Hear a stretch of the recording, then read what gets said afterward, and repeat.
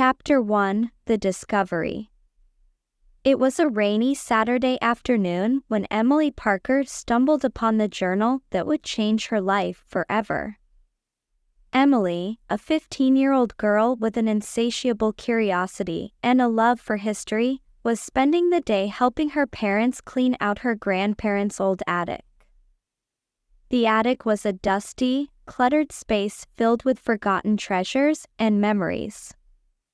Emily's grandparents had passed away several years ago, and her parents had finally decided it was time to sort through their belongings. As Emily sifted through boxes of old clothes, faded photographs, and antique furniture, she noticed a small, ornate chest tucked away in a corner. Intrigued, she wiped the dust off the lid and opened it. Inside, she found a leather-bound journal with intricate gold detailing on the cover. The journal looked ancient, and Emily's heart raced with excitement as she carefully picked it up. She opened the journal to the first page and saw a handwritten note in elegant script: "To whomever finds this journal, know that it holds the power to travel through time. Use it wisely, for it is both a gift and a responsibility." Emily's eyes widened in disbelief. She had always dreamed of experiencing history firsthand, and now, it seemed, she had the means to do so. She turned the pages of the journal, which were filled with detailed descriptions of historical events, accompanied by strange symbols and instructions. Chapter 2: The First Journey. That evening, Emily could hardly contain her excitement. She waited until everyone in the house was asleep before sneaking back up to the attic with the journal. She sat down on an old, creaky chair and began to read the instructions carefully. The journal mentioned that to activate its powers, she needed to concentrate on a specific date and place while holding the book. Emily decided to start with a relatively safe and well-known event: the signing of the Declaration of Independence on July 4, 1776.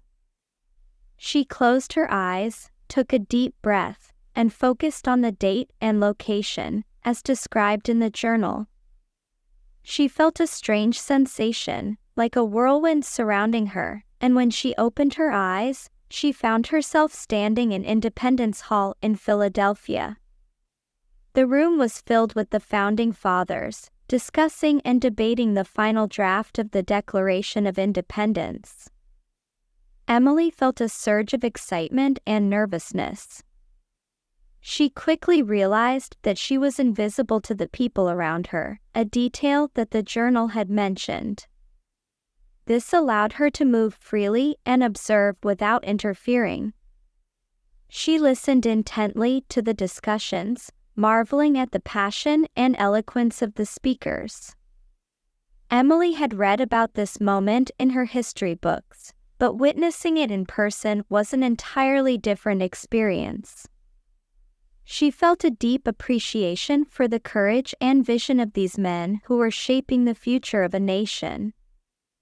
After what felt like hours, Emily decided it was time to return home. She concentrated on her attic and felt the whirlwind sensation once again. In an instant, she was back in the attic, holding the journal in her hands.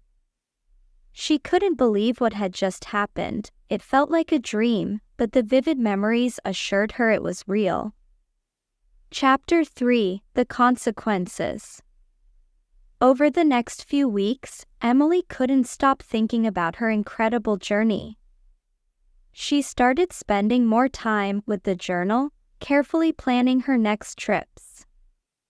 She visited ancient Egypt to witness the construction of the pyramids, medieval Europe during the height of the Renaissance, and even the moon landing in 1969.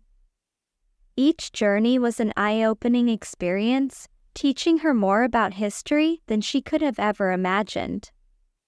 However, Emily began to notice something strange. Each time she returned from a trip, she felt increasingly fatigued, and the journal seemed to be getting heavier. One evening, as she prepared for another journey, she noticed a new entry in the journal that hadn't been there before. It warned about the dangers of overusing the journal and the potential consequences of altering the past. Emily felt a pang of guilt and worry. Had she unintentionally changed something during her travels? Determined to find out, she decided to revisit her previous trips, starting with the signing of the Declaration of Independence. As she observed the event once more, she noticed a small, yet significant, difference. One of the signers, John Adams, seemed distracted and uneasy. Emily realized with horror that she might have accidentally altered his behavior by her mere presence. Chapter 4: The Mission. Emily knew she had to set things right. She consulted the journal, which now had additional instructions for correcting historical disruptions. It advised her to be extra cautious and to ensure she didn't interact with anyone or anything during her journeys. Her new mission was clear. She needed to revisit each event she had witnessed and make sure nothing had changed. It was a daunting task, but Emily was determined to restore history to its original course. She started with ancient Egypt, ensuring that the construction of the pyramids proceeded as it should.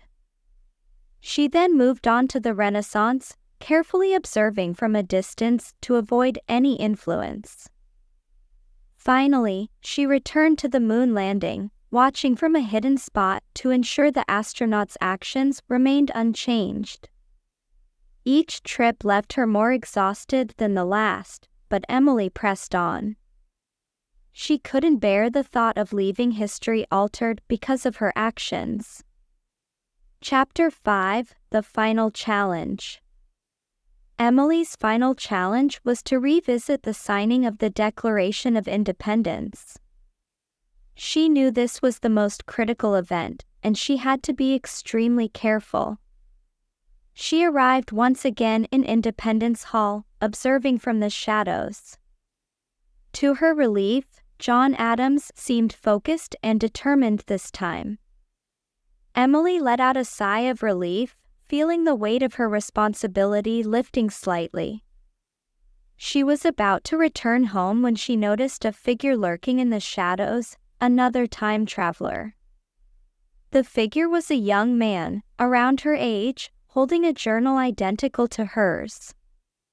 Emily's heart raced as she realized the potential danger of multiple time travelers interfering with history. She approached him cautiously and whispered, "Who are you, and what are you doing here?" The young man looked startled but quickly composed himself. "I'm Alex. I found this journal in my grandfather's attic.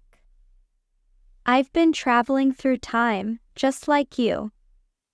Emily explained the potential dangers of altering history and the consequences she had already faced.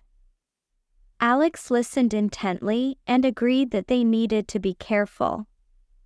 Together, they devised a plan to ensure neither of them would disrupt any events in the future. Chapter 6: A New Understanding. Emily and Alex became fast friends, sharing their adventures and supporting each other in their mission to preserve history. They realized the immense responsibility that came with their journals and vowed to use them wisely. They also discovered that their journals had a finite number of journeys left.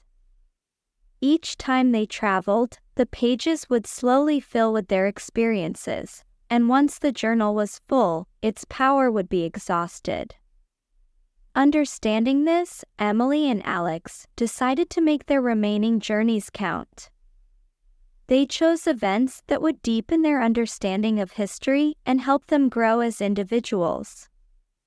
They visited the signing of the Magna Carta, the founding of the Library of Alexandria, and the first modern Olympics in 1896.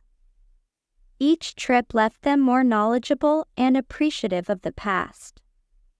They also made sure to record their experiences meticulously, hoping that future generations could learn from their journeys without needing to travel through time themselves.